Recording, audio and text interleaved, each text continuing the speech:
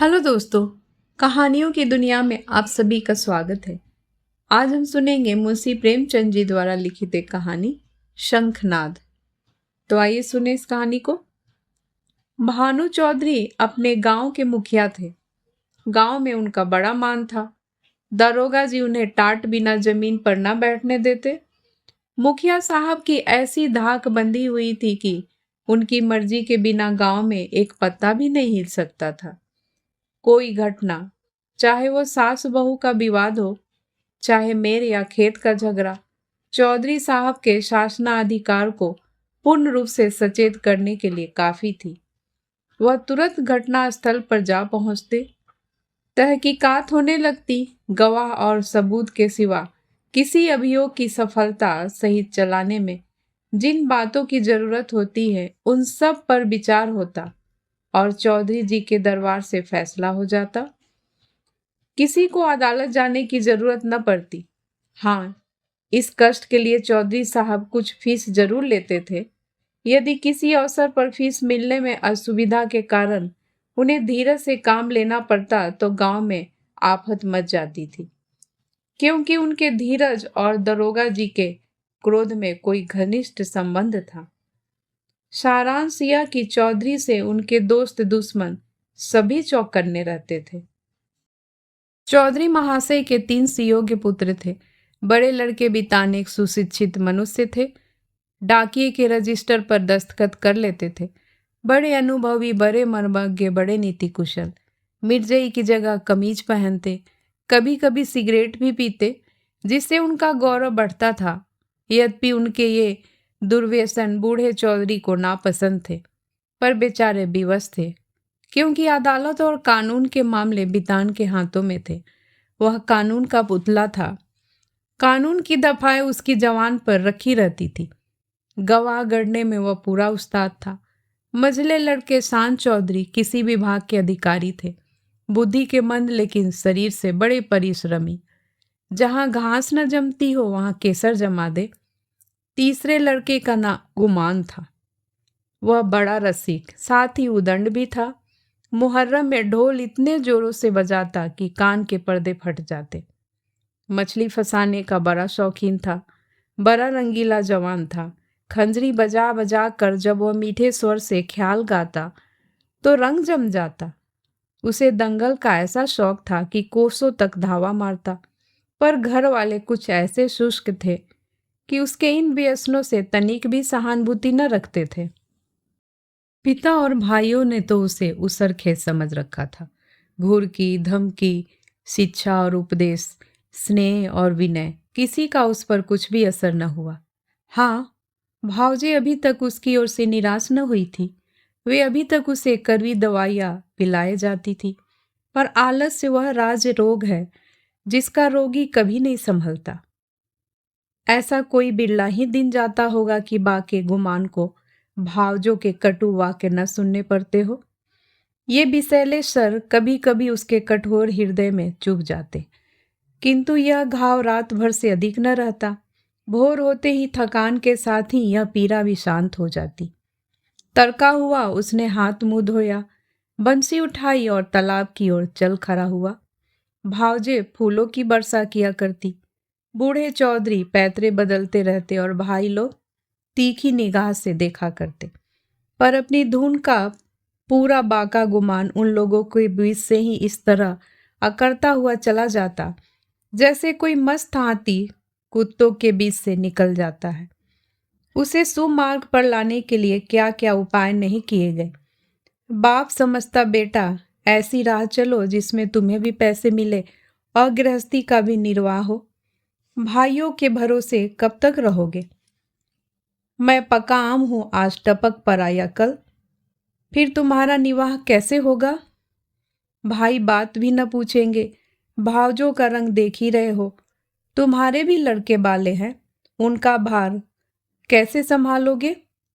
खेती में जी न लगे, कहो कांस्टेबली में भर्ती करा दूं? बांका गुमान खड़ा खड़ा यह सब सुनता, लेकिन पत्थर का देवता था, कभी न पसीजता। इन महाशय के अत्याचार का दंड उनकी स्त्री बेचारी को भोगना पड़ता था। मेहनत के घर के जितने काम होते वे उसी के सिर थोपे जाते।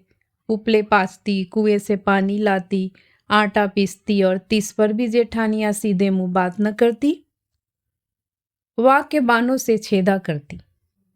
एक बार जब वह पति से कई दिन रूठ रही तो बाके गुमान कुछ नर्म हुए। बाप के पास जाकर बोले, मुझे कोई दुकान खुलवा दीजिए। चौधरी ने परमात्मा को धन्यवाद दिया। फूले न समाये, कई 100 रुपए लगाकर कपड़ों की दुकान खुलवा दी। गुमान के भाग जागे, तंजेब के चुन्नटदार कुर्ते बनवाए, मलमल का साफा धानी रंग में रंगवाया। सौदा बिके न बिके, उसे लाभ ही होना था। दुकान खुली हुई है, 10-5 गाढ़े मित्र जमे हुए हैं। चरस की दम और ख्याल की ताने उड़ रही है। चल झटपटरी, जमुना तटरी, घरों नटखटरी। इस तरह 3 महीने चैन से कटे। बाके गुमान ने खूब दिल खोलकर अरमान निकाले, यहाँ तक कि सारी लागत लाभ हो गई। टाट के टुकड़े के सिवा और कुछ न बचा। बूढ़े चौधरी कुएं में गिरने चले। भावजों ने घोर आंदोलन मचाया। अरे राम, हमारे बच्चे और हम चिथरों को तरसे, गाढ़े का एक कुर्ता भी नसीब न हो और इतनी बड़ी दुकान इस निखट्टू का कफन बन गई। अब कौन मुंह दिखाएगा, कौन मुंह लेकर घर में पैर रखेगा। किंतु बाके गुमान के तेवर जरा भी मैले न हुए। वही मुंह लिए वह फिर घर आया और फिर वही पुरानी चाल चलने लगा। कानून दा बितान उनके ये ठाट बाट देखकर जल जाता। मैं सारे दिन पसीना बहाऊं, मुझे नैन सुख का कुर्ता भी न मिले। यह अपाही सारे दिन चरपाई तोड़े और यूं बन ठन कर निकले। ऐसे बस तो शायद मुझे अपने ब्याह में भी न मिले होंगे। मीठे शान के हृदय में भी कुछ ऐसे ही विचार उठते थे। अंत में यह जलन न सही गई और अग्नि भड़की। तो एक दिन कानून दा बितान की पत्नी गुमान के सारे कपड़े उठा लाई और उन पर मिट्टी का तेल उड़ेल कर आग लगा दी। ज्वाला उठी, सारे कपड़े देखते देखते जलकर राख हो गए। गुमान रोते थे, दोनों भाई खड़े तमाशा देखते थे। बूढ़े चौधरी ने यह दृश्य देखा और सिर पीट लिया। यह द्वेषा अग्नि है, घर को जलाकर तब बुझेगी। यह ज्वाला तो थोड़ी देर में शांत हो गई, परंतु हृदय की आग ज्यों की त्यों दहकती रही। अंत में एक दिन बूढ़े चौधरी ने घर के सब मेंबरों को एकत्र किया और इस गूढ़ विषय पर विचार करने लगे कि बेरा कैसे पार हो। बितान से बोले, बेटा, तुमने आज देखा कि बात की बात में सैकड़ों रुपए पर पानी फिर गया। अब इस तरह निर्वाह होना असंभव है। तुम समझदार हो, मुकदमे मामले करते हो, कोई ऐसी राह निकालो कि घर डूबने से बचे। मैं तो यह चाहता था कि जब तक चोला रहे सबको समेटे रहूं, मगर भगवान के मन में कुछ और ही है। बितान की नीति कुशलता अपनी चतुर सहगामिनी के सामने लुप्त हो जाती थी। वह भी उसका उत्तर सोच ही रहे थे कि श्रीमती जी बोल उठी, दादाजी, अब समझाने बुझाने से काम न चलेगा। सहते सहते हमारा कलेजा पक गया। बेटे की जितनी पीर बाप को होगी, भाइयों को उतनी क्या, उसकी आधी भी नहीं हो सकती। मैं तो साफ कहती हूँ, गुमान का तुम्हारी कमाई में हक है। उन्हें कंचन के कौर खिलाओ और चांदी के हिंडोले में झुलाओ। हम में न इतना बूता है न इतना कलेजा। हम अपनी झोपड़ी अलग बना लेंगे। हाँ, जो कुछ हमारा हो हमको मिलना चाहिए। बाट बखरा कर दीजिए, बला से 4 आदमी हंसेंगे। अब कहाँ तक दुनिया की लाज ढोवे। नीति के बितान पर इस प्रबल वक्तृता का जो असर हुआ वह उनके विकसित और प्रमुदित चेहरे से झलक रहा था। उनमें स्वयं इतना साहस न था कि इस प्रस्ताव को इतनी स्पष्टता से व्यक्त कर सकते। नीतिज्ञ महाशय गंभीरता से बोले, जायदाद मुश्तरका मनकूला या गैर मनकूला आपके हीन हयात तकसीम की जा सकती है। इसकी नज़ीरें मौजूद है।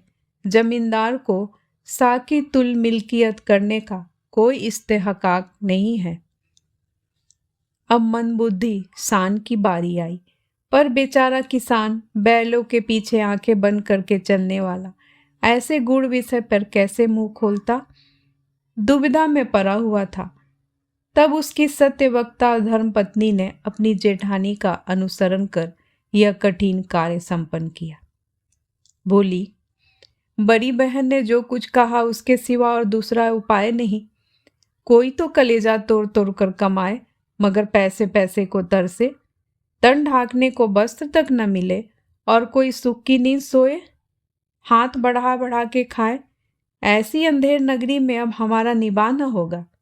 शान चौधरी ने भी इस प्रस्ताव का मुक्त कंठ से अनुमोदन किया।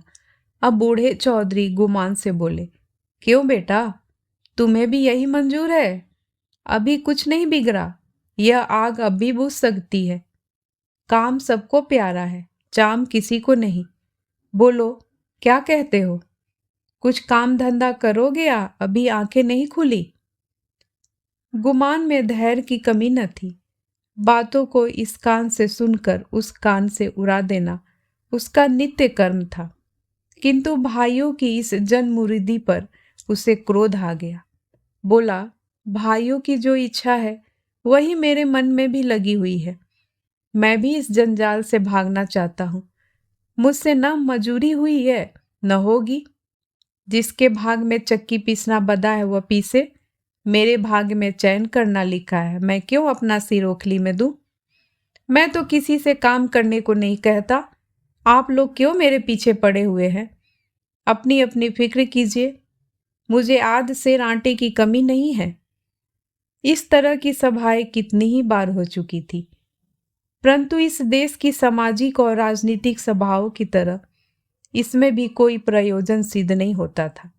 2-3 दिन गुमान ने घर पर खाना नहीं खाया। जतन सिंह ठाकुर शौकीन आदमी थे, उन्हीं की चौपाल में पड़ा रहता। अंत में बूढ़े चौधरी गए और मना के लाए। अब फिर वह पुरानी गाड़ी अरती, मचलती हिलती चलने लगी। पांडे के घर के चूहों की तरह चौधरी के घर में बच्चे भी सयाने थे। उनके लिए घोड़े मिट्टी के घोड़े और नावें कागज की नावें थी। फलों के विषय में उनका ज्ञान असीम था। गुलर और जंगली बेर के सिवा कोई ऐसा फल न था जिसे वह बीमारियों का घर न समझते हो। लेकिन गुरदीन के खोचे में ऐसा प्रबल आकर्षण था कि उसकी ललकार सुनते ही उनका सारा ज्ञान व्यर्थ हो जाता था। साधारण बच्चों की तरह यदि सोते भी हो तो चौंक पड़ते थे। गुरदीन उस गांव में साप्ताहिक फेरे लगाता था। उसके शुभागमन की प्रतीक्षा और आकांक्षा में कितने ही बालकों को बिना किंडरगार्टन की रंगीन गोलियों के ही संख्याएं और दिनों के नाम याद हो गए थे। गुरदीन बूढ़ा सा मैला कुचैला आदमी था, किंतु आसपास में उसका नाम उपद्रवी लड़कों के लिए हनुमान मंत्र से कम न था। उसकी आवाज सुनते ही उसके खोचे पर लड़कों का ऐसा धावा होता कि मक्खियों की असंख्य सेना को भी रणस्थल से भागना पड़ता था। और जहाँ बच्चों के लिए मिठाइयाँ थी, वहाँ गुरदीन के पास माताओं के लिए इससे भी ज्यादा मीठी बातें थी।